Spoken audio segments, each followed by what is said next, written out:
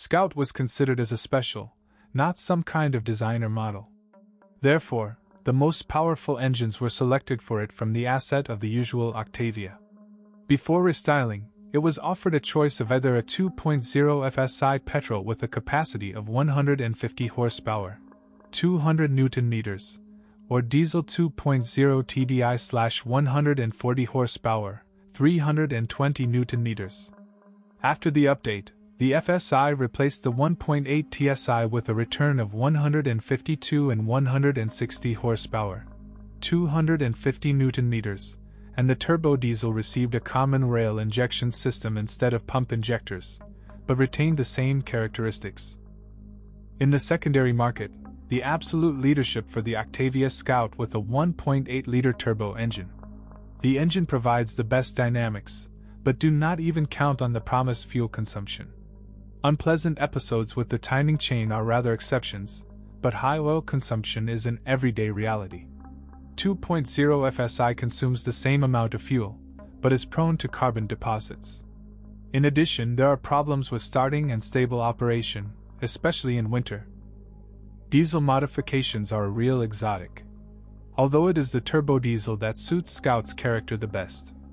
The engine pulls well and at the same time is quite economical, consuming only 6 to 7 liters per 100 kilometers. True, one has to reckon with higher costs for potential repairs, which negate all fuel savings. Choosing a diesel pre-styling copy, you are doomed to a motor with pump injectors. Fortunately, this unit, with the code designation BMM, is not among the dangerous ones. There are no problems with the cylinder head and oil pump, but you should be prepared to replace the fuel injectors or the particulate filter. The new DPF is too expensive. There is only one way out: remove it and reflash the engine control unit. In practice, the 2.0 TDI PD BMM is only slightly less reliable than the 1.9 TDI BXE. The 2.0 TDI CR replaced the PD only in 2010. The diesel engine is quite successful. There are no design miscalculations, and defects are very rare. Obviously, after a long run, injectors, a DPF filter, a turbocharger and an exhaust gas recirculation valve are at risk. And after 200 to 250,000 kilometers, a 2-mass flywheel may fail. In the end, only diesel is worthy of recommendations, no matter which one. The only rule is, the lower the mileage, the better. True, the list of offers on the secondary market is very limited. All powertrains were mated to a 6-speed manual transmission. Only after restyling did the DSG-6 automated transmission appear, available only for diesel versions. The universal Skoda used a DSG series DQ250 with a wet clutch. The clutch is bathed in an oil bath. The box is hardy and able to digest up to 350 Nm of torque. However, the absence of problems is guaranteed with regular oil changes, every 60,000 kilometers. Before you buy a Skoda Octavia Scout, you should ask the owner how often he changed the fluid in the box. If the owner does not have the slightest idea about this, then it is better to forget about this instance, or prepare a lot of money for a starter investment package. It makes sense to change a faulty robot to an already used one only when selling a car. How to check DSG? First of all, you should go to a specialized service for diagnostics. But a computer test is not enough. Just as important is a test drive.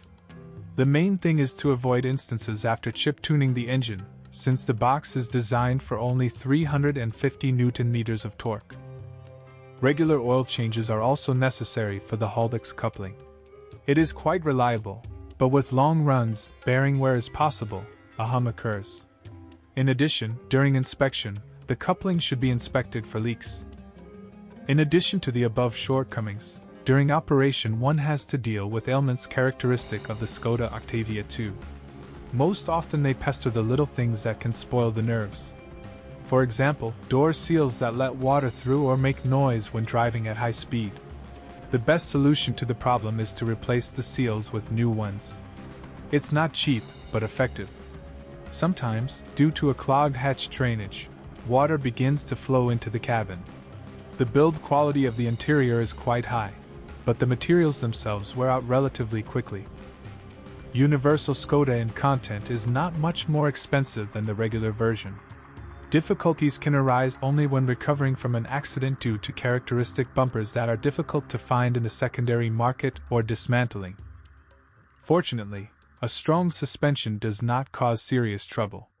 It should be noted that the off-road model uses other shock absorbers with a tube diameter of 55 mm, not 50 mm.